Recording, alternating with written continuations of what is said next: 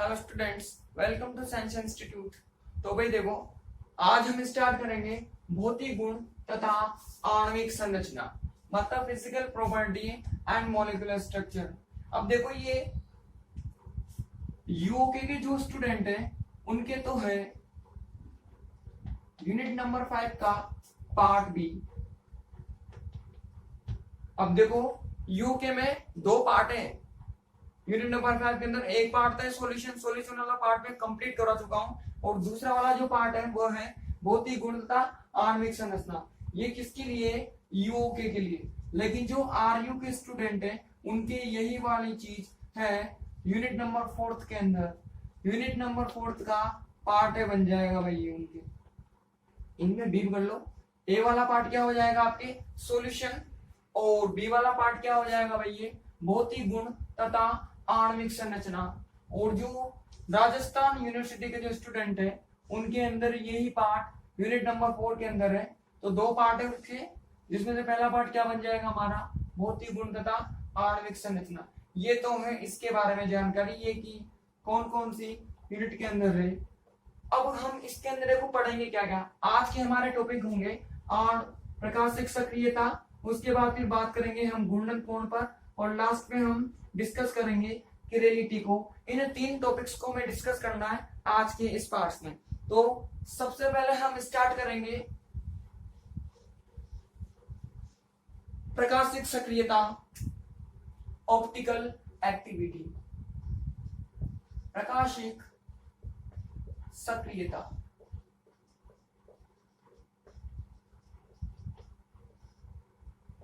Optical activity.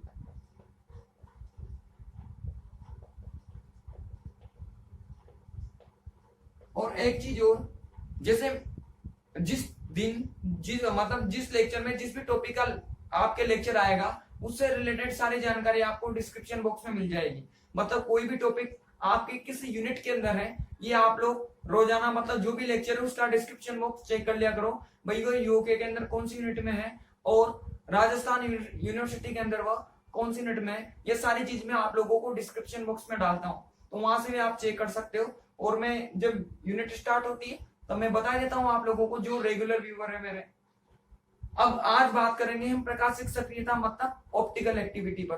क्या होती है ऑप्टिकल एक्टिविटी? देखो भाई, नेचर में दो तरह के मटेरियल होते हैं, दो तरह के पदार्थ होते हैं। एक तो होते हैं प्रकाशिक सक्रिय पदार्थ और दूसरे होते हैं प्रकाशिक अक्रिय पदार्थ। प्रकाशिक सक्रिय पदार्थों की सबसे पहले बात करेंगे हम, मतलब उन पदार्थों को प्रकाशिक सक्रिय पदार्थ कहा जाता है जिनमें से पीपीएल को गुजारने पर, प्लेन पोलराइज्ड लाइट मतलब समतल ध्रुवित प्रकाश को गुजारने पर वे उसके तल को घूर्णित कर देते हैं, रोटेट कर देते हैं। ऐसे सभी पदार्थ कहलाते हैं प्रकाशिक सक्रिय पदार्थ। अब घूर्णन करने का मीनिंग क्या हुआ? माना कि मैंने कोई भी कंपाउंड ए ले लिया, अगर मैं उसमें से पीपीएल को पास करता हूं, क्या होती है पीपीएल? एक प्रकाश का एक तल होता है।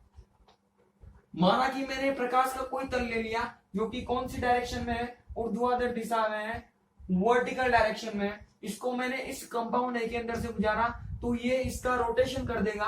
अभी इसकी डायरेक्शन ऐसी नजर आ रही है, तो इसके अंदर से गुजरने के पश्चात या तो ये इस दिशा में घूम जाएगा या फिर ये इस दिशा में घूम जाएगा। मतलब कुछ भी हो, आपको थीटा डिग्री से रोटेशन मिलेगा। पहले डायरेक्शन आपको ये नजर आ रही थी, अब डायरेक्शन कैसे नजर आएगी? ये नजर आएगी या फिर ये नजर आएगी। तो ओवरऑल आपको थीटा डिग्री का रोटेशन मिलेगा। जिन पदार्थों में ऐसा गुण पाया जाता है जो पीपीएल को रोटेट कर देते हैं, उन सभी पदार्थों को कहा जाता है प्रकाशिक सक्रिय पदार्थ। और जो इसको रोटेट नहीं कर पाते या इन पदार्थों को छोड़कर सभी पदार्थ जो बच गए, उन पदार्थों को कहा जाता है प्रकाशिक अक्रिय पदार्थ। जो रोटेट करते हैं वो तो होते हैं ऑप्टिकल एक्टिव कंपाउंड, जो रोटेट नहीं कर पाते उनको कहा जाता है ऑप्टिकल इनएक्टिव कंपाउंड। जो थीटा से घुमाएंगे वो ऑप्टिकल एक्टिव प्रकाशिक सक्रिय, जो थीटा से नहीं घुमा पाते वो ऑप्टिकल इनएक्टिव या प्रकाशिक अक्रिय पदार्थ कहलाते हैं। जितने भी प्रकाशिक अक्रिय पदार्थ होते हैं, इनएक्टिव कंपाउंड होते हैं, उनमें तीन चीजें उपस्थित होती है। इन तीनों में से कोई ना कोई एक डेफिनेटली उपस्थित होगा ही होगा, या तो उनमें होता है सममिति का तल, मतलब प्लेन ऑफ सिमेट्री उपस्थित हो सकती है, या फिर उनके अंदर हो सकता है सममिति अक्ष, मतलब एक्सिस ऑफ सिमेट्री उपस्थित हो सकती है, या फिर उनके अंदर होगा सममिति केंद्र, सेंटर ऑफ सिमेट्री। इन तीनों में से कोई ना कोई एक उनके अंदर डेफिनेटली प्रेजेंट होगा ही सही, या तो प्लेन ऑफ सिमेट्री प्रेजेंट होगी, या एक्सिस ऑफ सिमेट्री प्रेजेंट होगी, या सेंटर ऑफ सिमेट्री प्रेजेंट होगी। इनमें से कोई ना कोई एक प्रेजेंट होगा, और जिन पदार्थों में इनमें से कोई भी एक उपस्थित होता है उन पदार्थों को प्रकाशिक अक्रिय पदार्थ कहते हैं, क्योंकि वे सममित हो जाते हैं। आप लोगों ने दो चीज पढ़ी होगी फर्स्ट ईयर के अंदर, एक तो पढ़ा होगा सममित और एक पढ़ा होगा असममित। ये होता है सिमेट्रिक और ये होता है एसिमेट्रिक। दो चीजें होती हैं भाई, सिमेट्रिक और एसिमेट्रिक। जितने भी ऑप्टिकल एक्टिव कंपाउंड होते हैं, प्रकाशिक सक्रिय पदार्थ होते हैं, उनके अंदर इन तीनों में से एक भी चीज उपस्थित नहीं होती, एक भी प्रेजेंट नहीं होता, इसलिए वे बन जाते हैं असममित पदार्थ या एसिमेट्रिक पदार्थ। और जितने भी एसिमेट्रिक कंपाउंड होते हैं वो सब के सब ऑप्टिकल एक्टिव होते हैं, प्रकाशिक सक्रिय पदार्थ होते हैं। जिन पदार्थों में इनमें से कोई भी एक आ जाए, तीनों आ जाए तो ये लो कुछ हो ही नहीं सकता उसका, लेकिन अगर एक भी आ जाए तो उसका काम खराब हो जाएगा, वो उसको बना देगा सममित, मतलब सिमेट्रिक बना देगा। मतलब इस प्रकार का जो पदार्थ होगा वो इसको थीटा डिग्री से रोटेट नहीं कर पाएगा, थीटा डिग्री से रोटेशन नहीं करवा पाएगा, तो ऐसे सभी पदार्थ कहलाएंगे ऑप्टिकल इनएक्टिव कंपाउंड या प्रकाशिक अक्रिय पदार्थ। तो इनमें से कोई भी एक आ जाए तो प्रकाशिक अक्रिय, और तीनों ही ना आए तो फिर हो जाएगा असममित, मतलब ऐसे पदार्थ हो जाएंगे आपके ऑप्टिकल एक्टिव कंपाउंड। आ गई बात समझ में? जितने भी ऑप्टिकल एक्टिव कंपाउंड होते हैं वो पीपीएल का थीटा डिग्री से रोटेशन कर देते हैं। कैसे रोटेशन करते हैं? माना कि यहाँ पर आपका सोर्स था, सोर्स एस था, यहाँ पर इससे लाइट इमिट हो रही थी, प्रकाश का उत्सर्जन हो रहा था। आप जानते हो जब भी किसी प्रकाश स्रोत से लाइट उत्सर्जित होती है तो उसमें सभी दिशाओं के कंपन उपस्थित होते हैं, वर्टिकल के, हॉरिजॉन्टल के, लेफ्ट राइट, ऊपर नीचे, सब दिशा के कंपन। अब इनका मीनिंग क्या है भाई? मतलब क्या होगा? मतलब उसमें सब तरह के कंपन होंगे, सब तरह के वाइब्रेशन होंगे, मतलब उसके अंदर ऐसे वाले वर्टिकल वाइब्रेशन भी होंगे, उसके अंदर हॉरिजॉन्टल वाइब्रेशन भी होंगे, ये वाले भी होंगे, ये वाले भी, ये वाले भी, ऐसे वैसे, मतलब हर पॉसिबल डायरेक्शन की उसमें वाइब्रेशंस प्रेजेंट होंगे, कंपन विद्यमान होंगे। किसी भी सोर्स से अगर लाइट एमिट हो रही है तो उसका प्रकाश हमें ऐसा ही दिखाई देगा। ये सब आप लोगों ने पढ़ लिया होगा 12th क्लास के अंदर फिजिक्स में। उसके बाद हम इसको प्योर करना पड़ेगा, क्योंकि अगर इसी को मैं सीधा का उस कंपाउंड में पास कर दूंगा तो मुझे पता ही नहीं लगेगा कि उसका रोटेशन हुआ भी है या नहीं भी हुआ है, क्योंकि ये ऐसा है तो दूसरा वाला ऐसा होगा। बाय द वे ये घूम कर ऐसे भी हो गया होगा तो मुझे क्या पता लगेगा? पहले भी वहां तो मुझे प्लेन नजर आ रहा था और अभी भी यहाँ पर कोई ना कोई प्लेन नजर आ रहा होगा, तो मुझे पता ही नहीं लगेगा किसने रोटेशन भी किया या नहीं किया। तो पहले इसको वो हमें पोलराइज करना पड़ेगा, इसको ध्रुवित करना पड़ेगा। तो हमने इसको पास कर दिया इन स्लिट से। इन स्लिट से जैसे ही पास करोगे इनकी क्वालिटी होती है कि यह सभी दिशाओं के कंपन को रोक लेंगे, एक को छोड़कर किसी भी एक डायरेक्शन के कंपन को अपने अंदर से जाने देते हैं। सपोज करो माना किसने जाने दिया है ऊर्ध्वाधर दिशा में जो वाइब्रेशंस हो रहे थे, जो कंपन हो रहे थे, उन कंपनों को अपने अंदर से जाने दिया। अब इनको हमने पास किया विलियन से। ये विलियन उस पदार्थ का है जो पदार्थ ऑप्टिकल एक्टिव है। यहां पर हमने प्रकाशिक सक्रिय पदार्थ का विलियन बना लिया, ऑप्टिकल एक्टिव कंपाउंड का सॉल्यूशन बना लिया और उसे इसके अंदर फिल कर दिया। अब इसके अंदर ऑप्टिकल एक्टिव कंपाउंड है तो डेफिनेटली वह इस पीपीएल को रोटेट कर देगा, इसको घूर्णित कर देगा। इसकी डायरेक्शन पहले हमें ऐसी नजर आ रही थी वर्टिकल, तो ये थीटा डिग्री से इस तरह से रोटेट हो गया। माना कि ये इस दिशा में रोटेट नहीं हुआ, इस दिशा में भी इसका रोटेशन हो सकता है। कुल मिलाकर ओवरऑल यहाँ पर ये इसका रोटेशन कर देगा, चाहे लेफ्ट डायरेक्शन में करे या राइट डायरेक्शन में करे। तो ये जो थीटा है वो इतना मिला हमें। माना कि जो सॉल्यूशन था उसकी जो लेंथ थी, यहां से यहां तक की लेंथ थी, वो कितनी थी, एल थी। इसकी कोई ना कोई कंसंट्रेशन होगी, उसको मैंने बोल दिया सी बोल दिया। तो ये जो थीटा होता है, घूर्णन कोण होता है, एंगल ऑफ रोटेशन होता है, ये थीटा इस एल के एंड ये थीटा इस कंसंट्रेशन के दोनों के डायरेक्टली प्रोपोर्शनल होता है। ये जो थीटा है वो इस एल के भी समानुपाती होगा और सी के भी समानुपाती होगा। यहां से फिर हम आगे बढ़ेंगे, फिलहाल इतना कर लेते हैं वरना दिमाग से उड़ जाएगा, हमें याद तो कुछ रहता ही नहीं है ना। क्योंकि लिखो भाई, टॉपिक डालो, प्रकाशिक सक्रियता के बारे में लिखेंगे, फिर हम बढ़ेंगे घूर्णन कोण की ओर। लिखो भाई, प्रकृति में दो प्रकार के पदार्थ उपस्थित होते हैं। प्रकृति में दो प्रकार के पदार्थ पाए जाते हैं या उपस्थित होते हैं। नंबर 1 लिखो प्रकाशिक सक्रिय पदार्थ और दूसरा लिखो प्रकाशिक अक्रिय पदार्थ।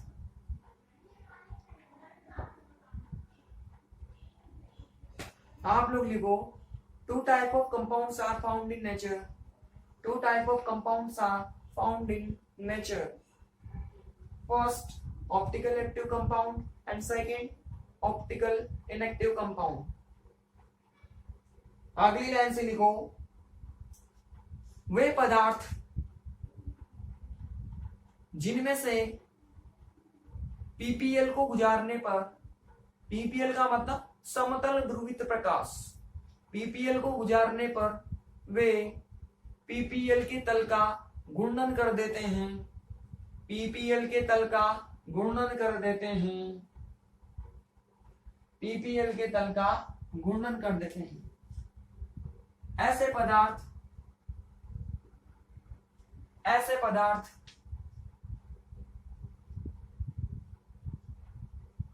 प्रकाशिक सक्रिय पदार्थ कहलाते हैं। ऐसे पदार्थ प्रकाशिक सक्रिय पदार्थ कहलाते हैं। When PPL is passed from the chemical compounds,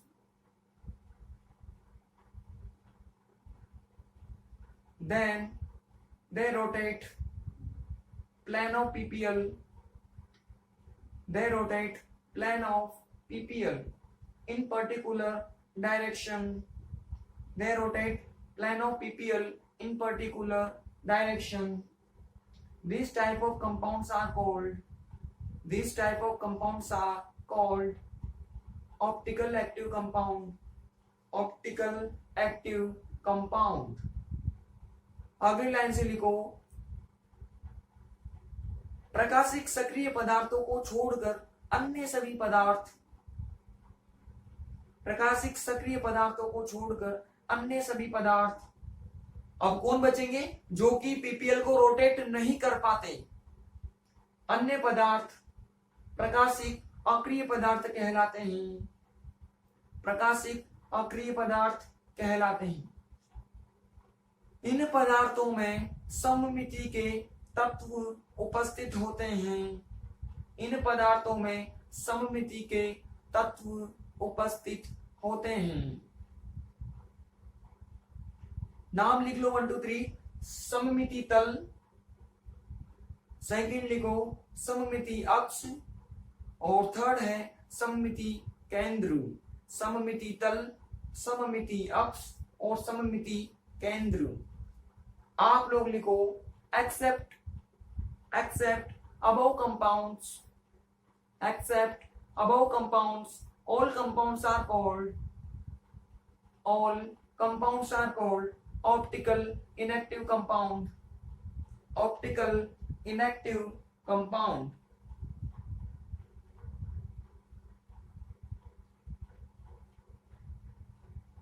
In these compounds elements of symmetry are present in these compounds. Elements of symmetry are present. नाम लिख लीजिए भाई, नेम लिखिए. First, plane of symmetry, and second, axis of symmetry, and third, center of symmetry. Plane of symmetry, axis of symmetry, and last, center of symmetry. अगली line से लिखो, वे पदार्थ जिनमें उपरोक्त सममिति के तत्व, वे पदार्थ जिनमें उपरोक्त सममिति के तत्व अनुपस्थित होते हैं, वे असममित पदार्थ कहलाते हैं. वे असममित पदार्थ कहलाते हैं. वे असममित पदार्थ कहलाते हैं.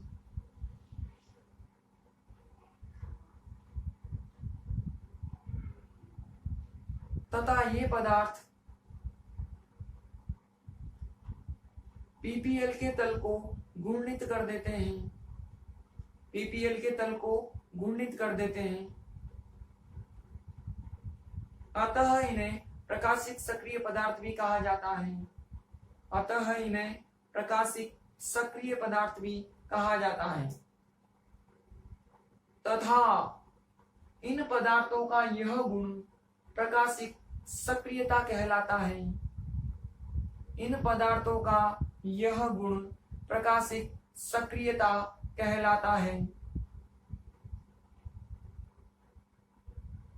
जिसे निम्न प्रकार से प्रदर्शित कर सकते हैं. जिसे निम्न प्रकार से प्रदर्शित कर सकते हैं.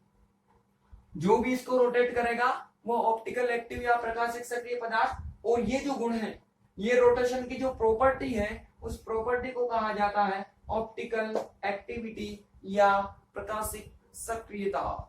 डायग्राम बनाओ भाई आप लोग, और आप लोग लिखो, the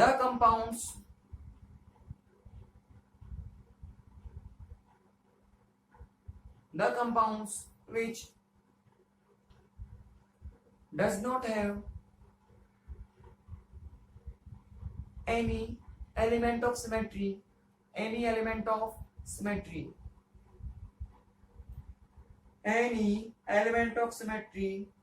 are called asymmetric compounds.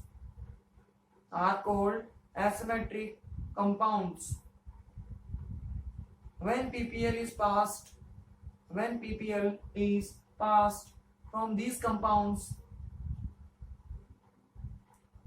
then they rotate plane of PPL in particular direction.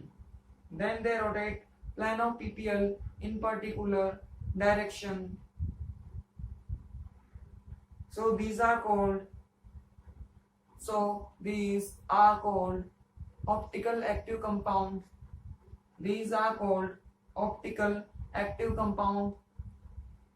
And this property is called optical activity.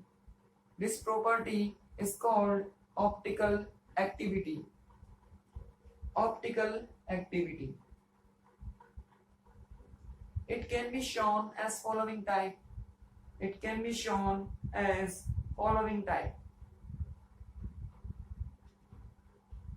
Done.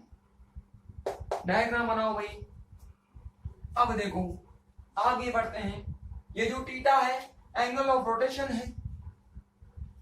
ये इस सॉल्यूशन की लेंथ और इसकी कंसंट्रेशन के, इसकी लंबाई और सांद्रता की दोनों के डायरेक्टली प्रोपोर्शनल होता है, सीधे समानुपाती होता है.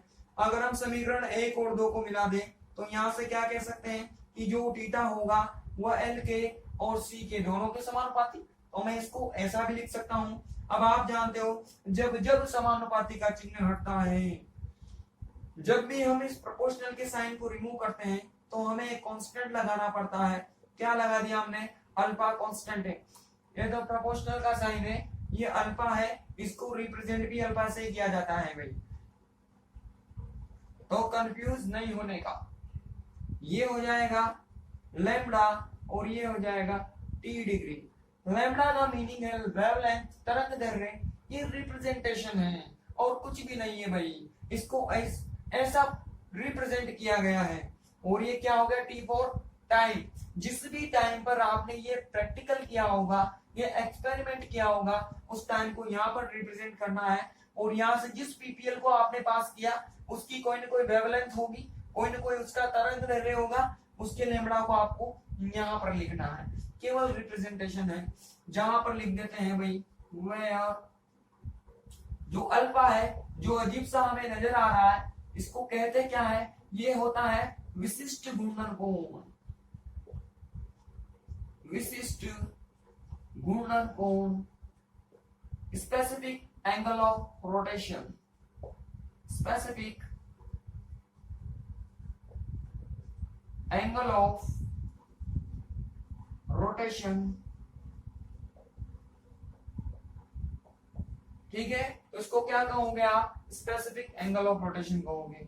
अगर हमें इसकी वैल्यू चाहिए तो वैल्यू के लिए क्या करना है भाई, इसको छोड़कर रिमेनिंग जितनी भी क्वांटिटीज हैं, जितनी भी हमें राशियां नजर आ रही है, सबको आप ट्रांसफर कर दीजिए थीटा के पास, क्योंकि वह उधर प्रॉब्लम करेंगी और प्रॉब्लम करने वाली चीजें हमें कभी भी पसंद होती ही नहीं है। यहां से आपको डेफिनेशन बनानी है तो सिंपली आप क्या कर दीजिए, ये एल है, लेंथ है, इसको कर दिया मैंने 1 डेसीमीटर, और जो कंसंट्रेशन है इसको भी मैंने यूनिट कर दिया, इकाई कर दिया। इसकी जो यूनिट होती है वो होती है ग्राम पर एमएल। ये यूनिट डेफिनेट है, ये इतनी रहेगी। लेंथ को हमेशा डेसीमीटर में पुट करना है आपको। यहाँ पर जिस भी यूनिट में आपको दे रखी है, सेंटीमीटर में हो, मीटर में हो, या कोई और यूनिट हो, तो उसको डेसीमीटर में कन्वर्ट करके आप यहाँ पर पुट करोगे, और कंसंट्रेशन को पुट करना है ऑलवेज ग्राम पर एमएल में। याद रखना, ऑलवेज का मींस ऑलवेज। ये 1 हो गया, ये भी 1 हो गया, तो नीचे की तरफ कुछ बचेगा क्या, कुछ भी नहीं बचेगा। तो यहाँ से सीधा ये जो थीटा होगा वो सीधा बराबर हो जाएगा इस अल्फा के। बोलो होगा कि नहीं होगा। तो यहाँ से क्या कहा जा सकता है, ये कहा जा सकता है कि इकाई लंबाई और इकाई सांद्रता वाले विलयन का घूर्णन कोण उसके विशिष्ट घूर्णन कोण के बराबर होता है। यूनिट लेंथ और यूनिट कंसंट्रेशन वाले सॉल्यूशन का एंगल ऑफ रोटेशन उसके स्पेसिफिक एंगल ऑफ रोटेशन के बराबर होता है। इस तरह से हम इसको डिफाइन कर सकते हैं, परिभाषित कर सकते हैं। ऐसे ही बहुत बार किया हमने, सॉल्यूशन पढ़ के आए, जाने कितनी बार ऐसे डेफिनेशन बना के रखी हमने। तो बिल्कुल आसान है, यूनिट तो लेंथ होनी चाहिए, यूनिट ही आपकी कंसंट्रेशन होनी चाहिए। दोनों इकाई कर दिया तो जो भी थीटा मिलेगा वो थीटा सीधे अल्फा के बराबर हो जाएगा, विशिष्ट घूर्णन कोण के बराबर हो जाएगा। अब ये विशिष्ट घूर्णन कोण किन किन चीजों पर निर्भर करता है उसी को भी साथ में देख लो भाई।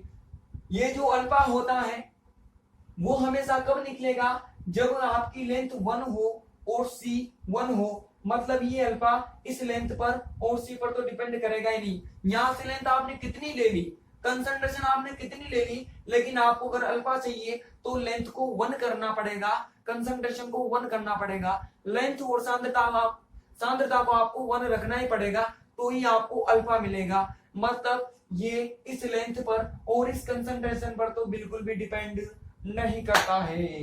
तो किस पर करता है, एक तो इस लैम्डा पर करेगा। मतलब आपने इस पीपीएल का वेवलेंथ क्या लिया है, तरंग दैर्घ्य क्या लिया है, उस चीज पर डिपेंड करेगा। सेकंड इसकी डिपेंडेंस निकल कर आएगी इसके टेम्परेचर पर, कि ये आपने जो प्रयोग किया है वो किस ताप पर किया है, किस टेम्परेचर पे किया है, और साथ में डिपेंड करेगा किस पर, इस थीटा पर, मतलब घूर्णन कोण पर निर्भर करेगा। इन 3 चीजों पर निर्भर करता है, और पर भी करता है, लेकिन सिर्फ हम किसको लिखेंगे, इन तीनों को लिखेंगे। आई बात समझ में।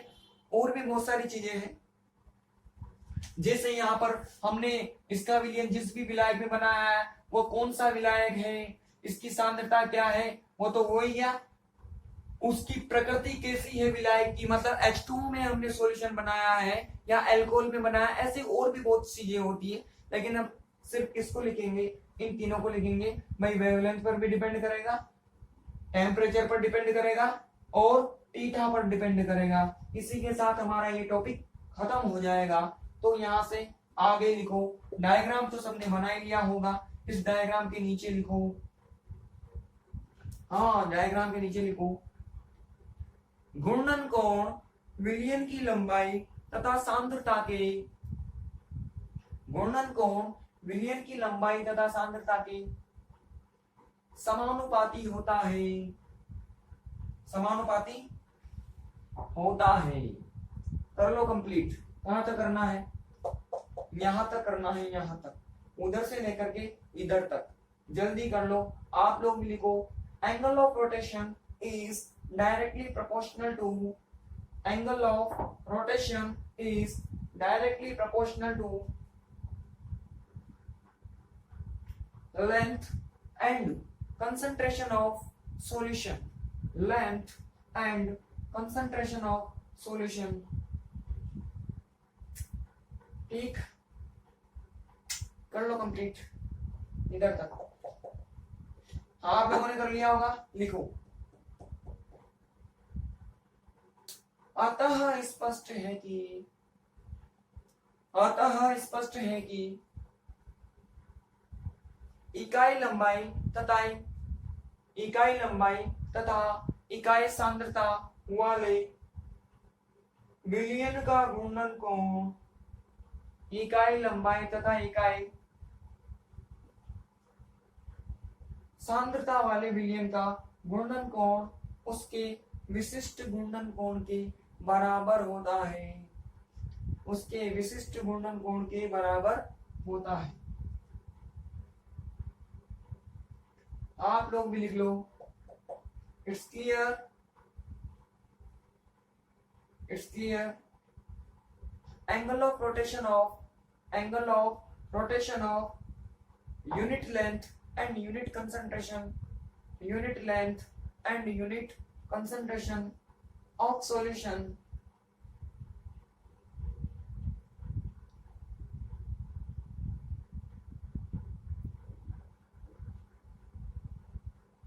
is equal to specific angle of rotation।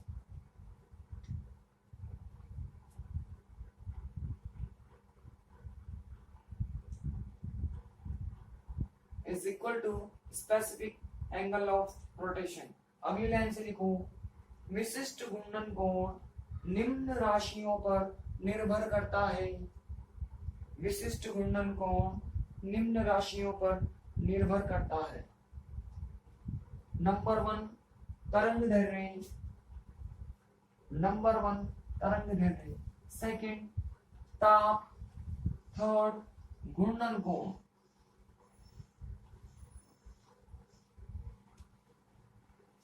आप लोग भी लिख लो, specific angle of rotation, specific angle of rotation depends on following quantities, depends on following quantities।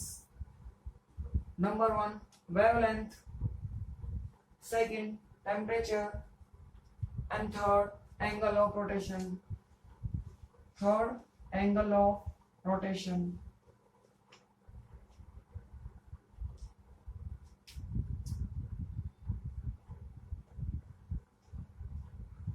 हमारा अगला टॉपिक है किरेलता, किरेलिटी। क्या होती है किरेलता या किरेलिटी? देखो भाई, बड़ी ही सिंपल सी डेफिनेशन है भाई इसकी, इससे ज्यादा सिंपल चीज दुनिया में होती ही नहीं है। आप जानते हो कार्बन की कितनी वैलेंसी होती है? 4 वैलेंसी होती है, 4 संयोजकता होती है।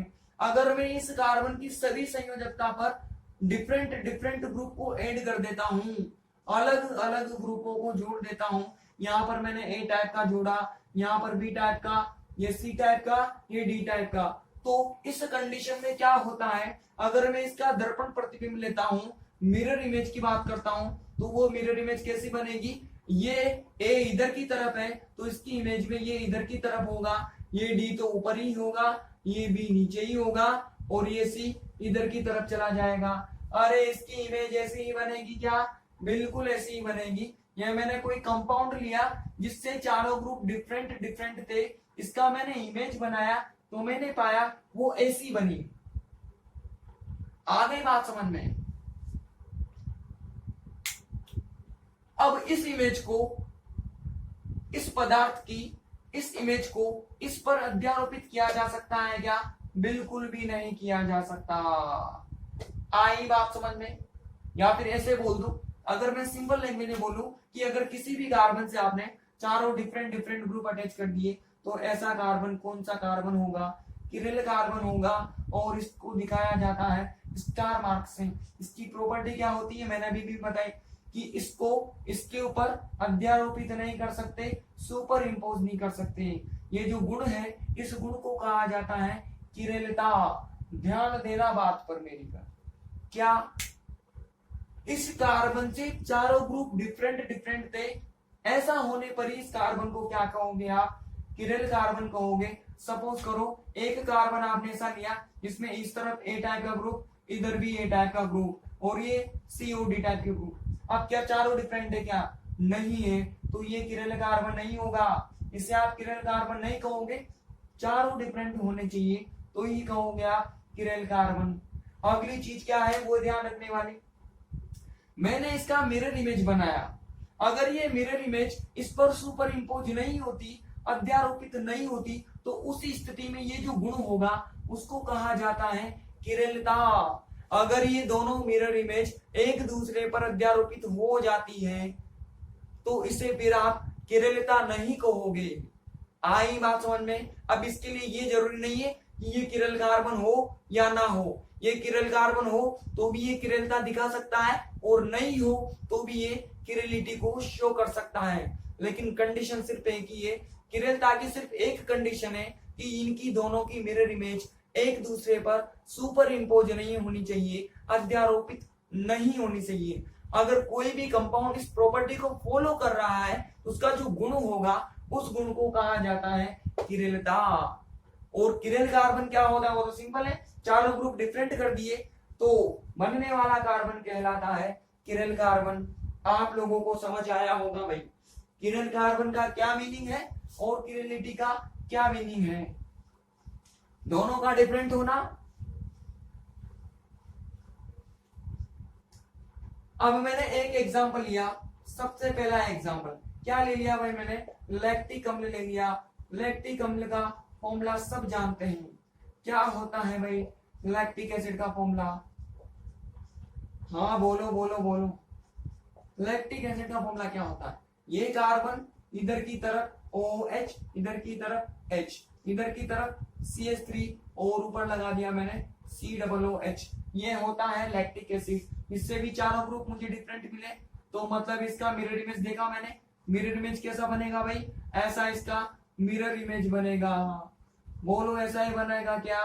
क्या इस मिरर इमेज को इसके ऊपर सुपर इम्पोज किया जा सकता है क्या? नहीं किया जा सकता। तो लैक्टिक अम्ल का कार्बन किरेल कार्बन होता है, ठीक, और इन दोनों की मिरर इमेजों को एक दूसरे पर सुपर इम्पोज नहीं कर सकते, इसलिए इस गुण को कहा जाता है किरेलिटी या किरेलता।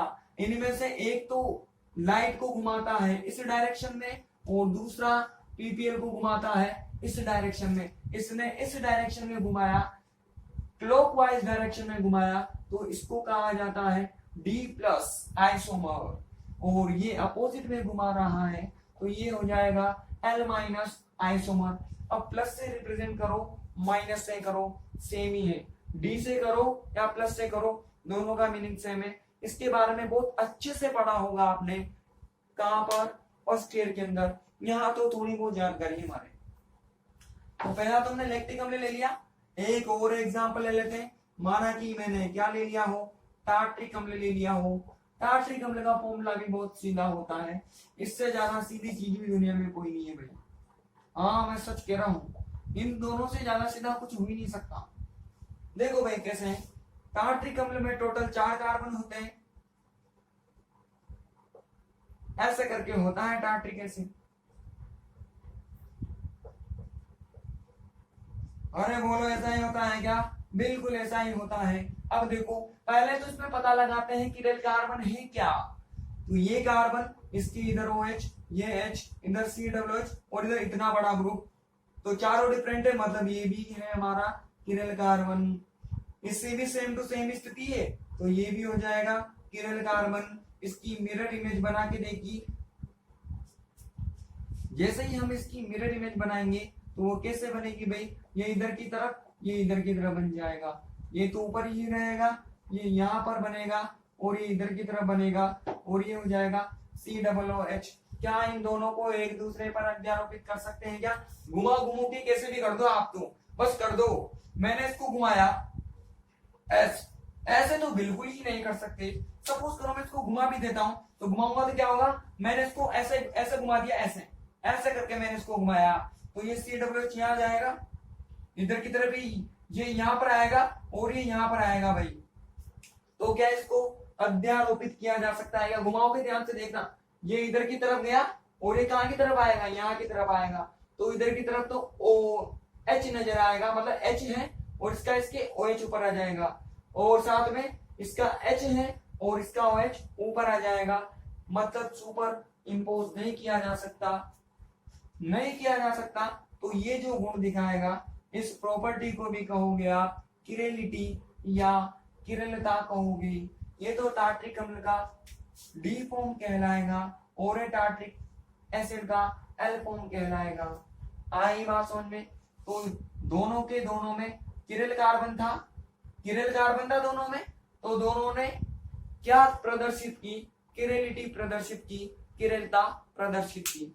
मतलब यहाँ पर किरल कार्बन होने पर ही क्या बन गया, किरेलिटी बन गया या किरलता को प्रदर्शित करने लग जाएगा। फिलहाल हम इतना लिख लेते हैं, बाकी बातें बाद में। आई बात समझ में? लिखो भाई किरलता।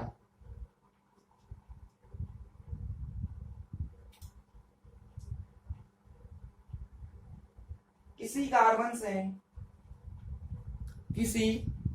से जुड़ने वाले चारों समूह भिन्न भिन्न हो, तो जुड़ने वाले चारों समूह भिन्न भिन्न हो तो ऐसे कार्बन को किरल कार्बन कहते हैं, ऐसे कार्बन को किरल कार्बन कहते हैं।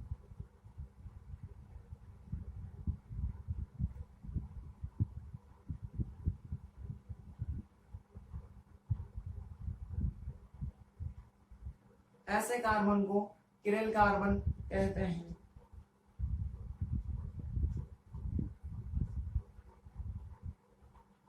जिन पदार्थों में किरल कार्बन उपस्थित होता है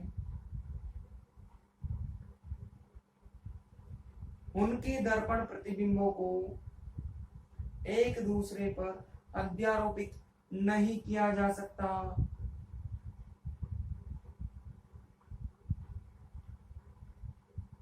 एक दूसरे पर अध्यारोपित नहीं किया जा सकता।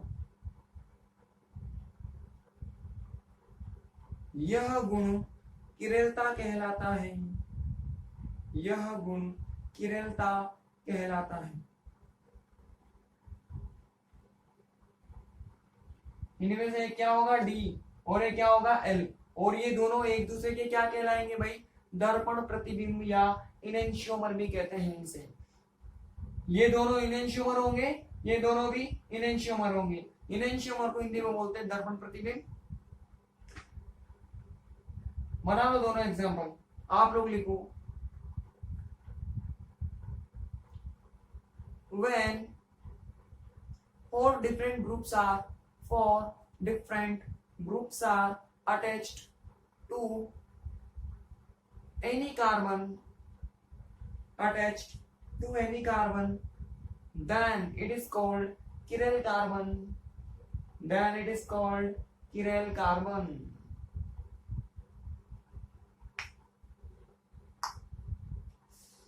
Chiral carbon. The compounds having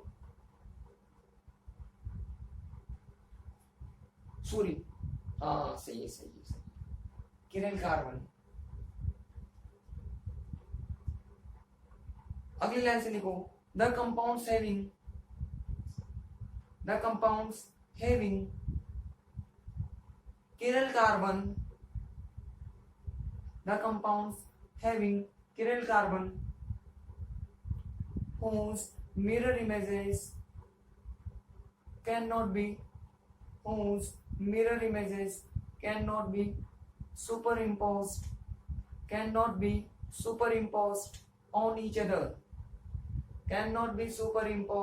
on each other. This property is called chirality. Example कर लो भाई दोनों, lactic acid and tartaric acid. जल्दी करो, कर लिया होगा आप लोगों ने। आगे देखते हैं भाई। अब देखो, कर लिया होगा आपने। इसके नीचे लिखो, वे पदार्थ जिनके दर्पण प्रतिबिंबों को एक दूसरे पर अध्यारोपित नहीं किया जा सकता,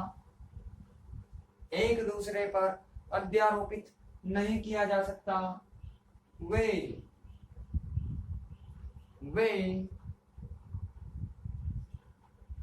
एक दूसरे के इनेंशियोमर कहलाते हैं या दर्पण प्रतिबिंब कहलाते हैं।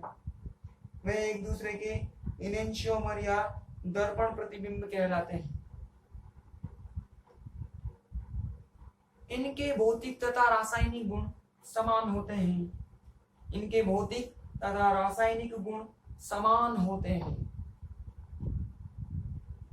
तथा इनके प्रकाशिक गुण भिन्न भिन्न होते हैं।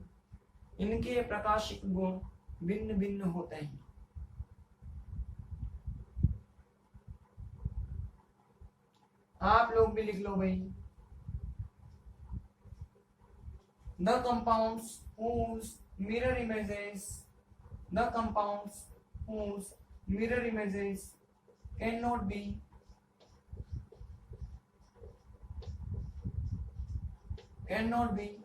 superimposed on each other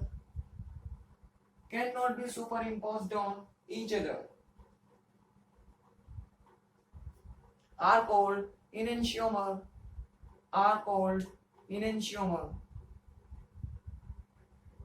Physical and chemical properties of enantiomer are same, but optical properties are different. ठीक, आगे बढ़ते हैं इस टॉपिक में। देखो भाई, अभी हमने क्या कहा, अभी मैंने जो भी एग्जांपल लिया उसमें किरल कार्बन था तो उसने क्या दिखाई, किरेलिटी दिखाई, किरलता दिखाई। अब मैंने टार्ट्रिक अम्ल का दूसरा फॉर्म लिखा। इस फॉर्म को कहा जाता है meso form of tartaric acid. Meso tartaric acid लिखा। इसमें होता क्या है, ध्यान से देखोगे तो आप यहां से एक प्लेन पास कर सकते हो, एक तल गुजार सकते हो, जो क्या करेगा, ये जो तल होगा इस मॉलिक्यूल को दो पार्ट में डिवाइड कर देगा, आधा ऊपर की तरफ, आधा नीचे की तरफ। बताओ, यहां से अगर मैं प्लेन पास करूंगा तो ये इसकी फोटो इधर बनी और इसकी फोटो यहां पर बनी। मतलब इसमें क्या आ गया, प्लेन आ गया, प्लेन ऑफ सिमेट्री आ गई। प्लेन ऑफ सिमेट्री मतलब सममिति तल आ गया। क्या अब ये प्रकाशिक सक्रिय यौगिक होगा क्या? बिल्कुल भी नहीं होगा, ये प्रकाशिक अक्रिय बन जाएगा। मैंने कंडीशन बताई थी आप लोगों को कि कोई भी पदार्थ प्रकाशिक सक्रिय तभी हो सकता है जब उसके अंदर एलिमेंट्स ऑफ सिमेट्री एब्सेंट हो, सममिति के तत्व अनुपस्थित हो, तो ये प्रकाशिक अक्रिय हो जाएगा। क्यों हुआ? इसमें किरल कार्बन तो था, दो किरल कार्बन थे, लेकिन फिर भी ये ऑप्टिकल एक्टिविटी शो नहीं करता, प्रकाशिक सक्रियता नहीं दिखाता, उसका रीजन है किरल कार्बन अपना काम कर रहा था। किरल कार्बन कहता है भाई अगर मैं किसी पदार्थ में हूं तो मैं प्रकाश के तल को रोटेट करूंगा। अगर किसी भी कंपाउंड में किरल कार्बन है तो वो प्रकाश के तल को रोटेट करेगा। तो इन दोनों ने क्या किया, इसने किरल कार्बन है इस वजह से इसने इसके तल को इधर की तरफ घुमाया, ये भी किरल कार्बन है तो ये भी इसके प्लेन को इधर की तरफ घुमाएगा। अब ये H से OH की तरफ घुमाता है तो इसकी भी तो नेचर सेम ही है, ये भी H से OH की तरफ घुमाएगा। ये जितना अमाउंट है उतना ही अमाउंट है और डायरेक्शन जस्ट अपोजिट है, तो दोनों एक दूसरे के प्रभाव को कैंसिल कर देंगे, निरस्त कर देंगे। किरल कार्बन ने अपना अपना काम किया लेकिन ओवरऑल दोनों अपोजिट होने के कारण हमें कोई डायरेक्शन नहीं मिली और ओवरऑल जो ये कंपाउंड है वो क्या हो जाएगा, इनएक्टिव हो जाएगा, प्रकाशिक अक्रिय हो जाएगा। तो इसकी अक्रियता का कारण, इनएक्टिविटी का रीजन क्या निकल कर आया, इंटरनल कॉम्पेंसेशन। इसे कहा जाता है आंतरिक प्रतिकार। इसने इसका प्रतिकार कर दिया, इसने इसका प्रतिकार कर दिया।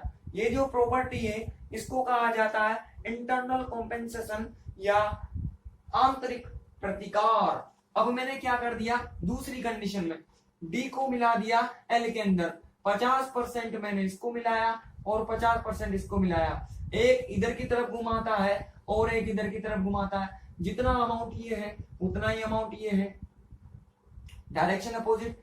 क्या ऐसी कंडीशन में भी आपको कोई डायरेक्शन मिलेगी? क्या नहीं मिलेगी। तो डी और एल का जो मिक्सचर होगा, जो मिश्रण होगा वो भी प्रकाशिक अक्रिय होता है। और डी और एल को बराबर मात्रा में मिला दो तो कौन सा मिश्रण बनता है भाई, रेसिमिक मिश्रण बनता है।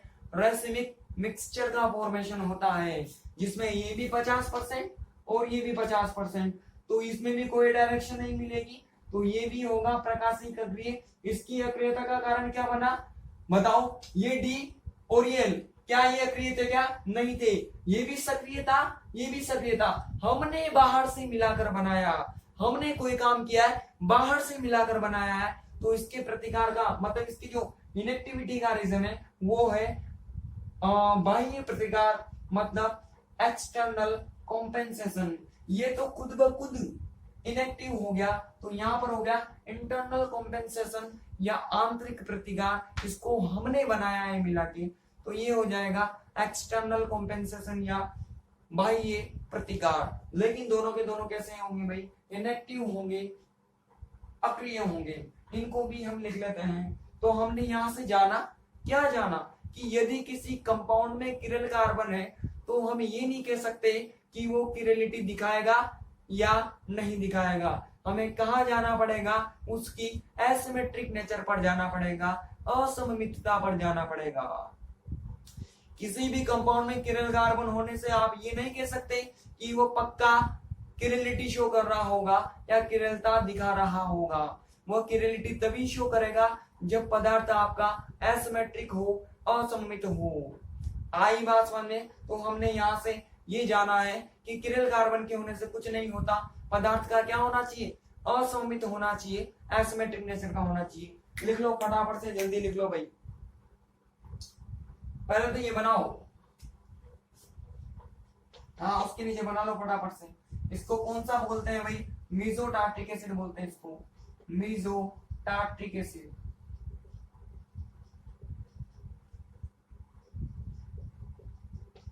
लिखो, बना लिया होगा आप लोगों ने। स्मार्ट हो आप लोग सबके सब, स्मार्ट नहीं एक्स्ट्रा स्मार्ट। लिखो, मीसोटार्ट्रिक अम्ल आंतरिक प्रतिकार के कारण प्रकाशिक अक्रिय होता है।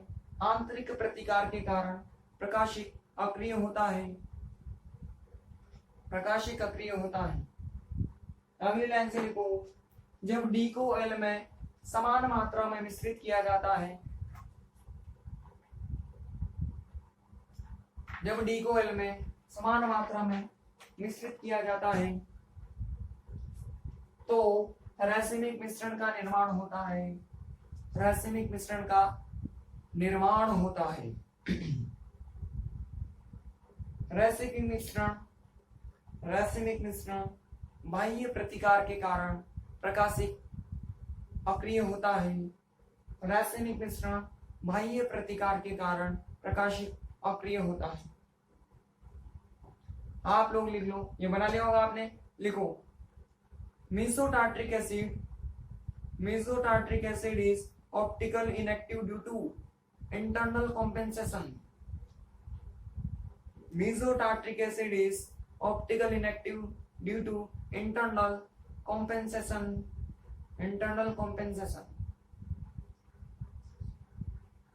नेक्स्ट लाइन से लिखो when D and L forms are mixed in equal amount, when D and L forms are mixed in equal amount, then racemic mixture is formed. Then racemic mixture is formed. It is also optical inactive. It is also optical inactive due to external compensation. Due to external compensation. इसी के साथ आपके तीनों topic खत्म हुए। कल हम बात करेंगे डायपोल मोमेंट पर, इसके एप्लीकेशंस पर और इसके न्यूमेरिकल्स पर। ठीक है भाई, आज के लेक्चर में कुछ भी प्रॉब्लम हो तो आप मुझे कमेंट कर सकते हो।